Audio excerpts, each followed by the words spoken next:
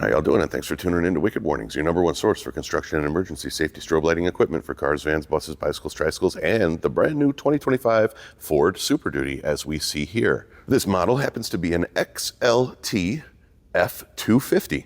And if you have a model like this and you were looking for a great amber warning package with a little bit of white, then keep watching. We're going to go into some detail at the end of the video, but we're going to run around real quick and show you what everything is. We've got roof lights flashing, got some grill lights, got some fog bezel lights that primarily work for side facing. You can see as I'm working around the vehicle why we do those fog lights there. We got some front step pocket lights around the back to complement our little side warning. And as we work our way around the back, we've got some bold bezel lighting in 4x2 by sound off and some undercover lighting in those incandescent tail lights, all hidden and secure around the back.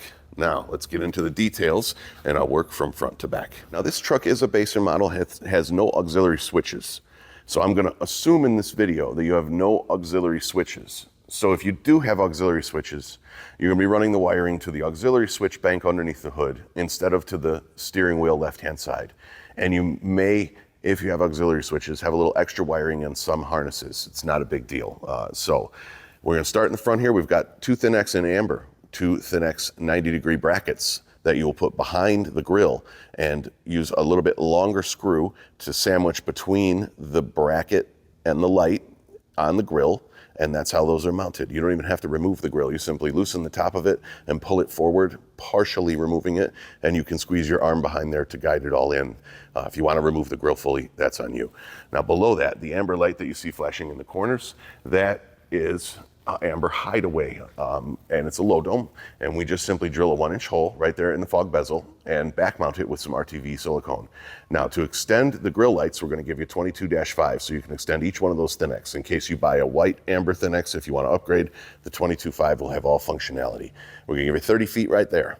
To extend the HA Duo on the bottom, we're going to give you 15 feet of 18.5. That's going to give you all you need to extend that HA Duo. Above that, you have a kit for the roof lights, going to come all inclusive. So that's going to have everything that you need to run that roof light flasher. And the 2025 model is coming soon. At the time of filming, we are sourcing the connectors for it. So just FYI on that. Working our way back, we have an amber Thin X, again, in both front bed pockets. The way we did this is we extended the passenger amber Thin X with 22.5. We went over the passenger rear fender liner, and then we came across the bumper to a seam behind the driver's tail light. That's 15 feet of 22.5. We're going to add that into the build. Okay, we're going to add another 15 feet of 22.5 to take this amber Thin X also up and over and tie it into the seam behind this tail light.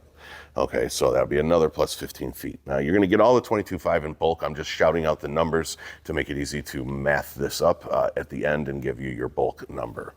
So that's how those are ran. What we did as well for the bezel up here is the bezel is gonna come with 30 feet of 18.5 in case you need to go all the way to your auxiliary switches. And that is ran inside. It's ran right here and down inside the truck and forward to either the switch, or if you had auxiliary switches, you would run it on the passenger side and drop it down through the passenger floor. Same thing with the roof kit. The roof kit is currently ran down and across the dashboard to the switch on the left side of the dashboard. If you have auxiliary switches, the roof kit will run down the passenger side, drop out the floor, and come back up the passenger underneath the hood. So the 18.5 will extend that upper 4x2 assembly and allow you flood feature and synchronization, most importantly, the synchronization of that. You'll join them two 4x2s behind the bezel and connect them to the 18.5 and run it forward.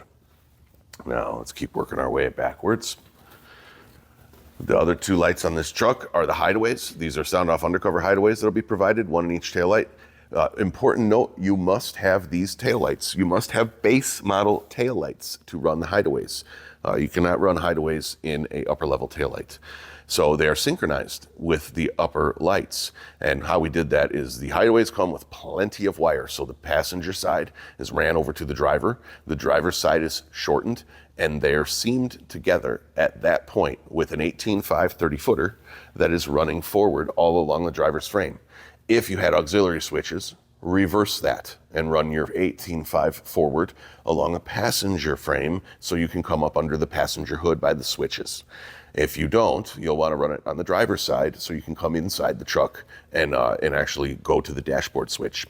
Now, behind the driver's taillight and or passenger taillight, if you have aux switches, the seam will be behind the passenger. If you do not, the seam is typically behind the driver. We seam the 18.5 to both of the 22.5s running the thin X's that were in front of the tires and both of the hideaways. So one 18.5 seamed up to 2 hideaways and 2 thin X's, and that way you can run the synchronization from these lights, not the thin X. We're not syncing the thin X to anywhere, but we're running these synchronized forward to the synchronization wire of these forward, and that's how we achieve the pattern where the left side and the right side are in sync. So that's why we provide you with the 5-conductor wire. It's very easy to install the hideaway into this taillight. There's actually kind of a pre-embossed area very near where you can install it. So if you have a problem, send an email. But if you flip the taillight around, I think you're going to see exactly how easy it was. And my fault for not filming that portion of this. I think I've filmed a 23 taillight in our DIY section. We'll try to dig that up and add it to the video. So walking back around the vehicle, just to kind of show you a little bit. Side light there. You can see the upper lights. Here's an angle here. If this is interesting for you, drop a comment. If you want to see something different, drop a comment. If you need a big fuel tank toolbox like that, you got to be local and we'll put it in for you. If you need lettering, let us know. We could do that local too. Here's where we put the switch, right there, because we don't have any factory switches in this truck. So we just use a single auxiliary, a single 3/4 illuminated switch. And it was fairly easy to put in right there. So that's the system. Any questions or comments, let me know. If I missed anything, let me know. Thanks, guys. Bye.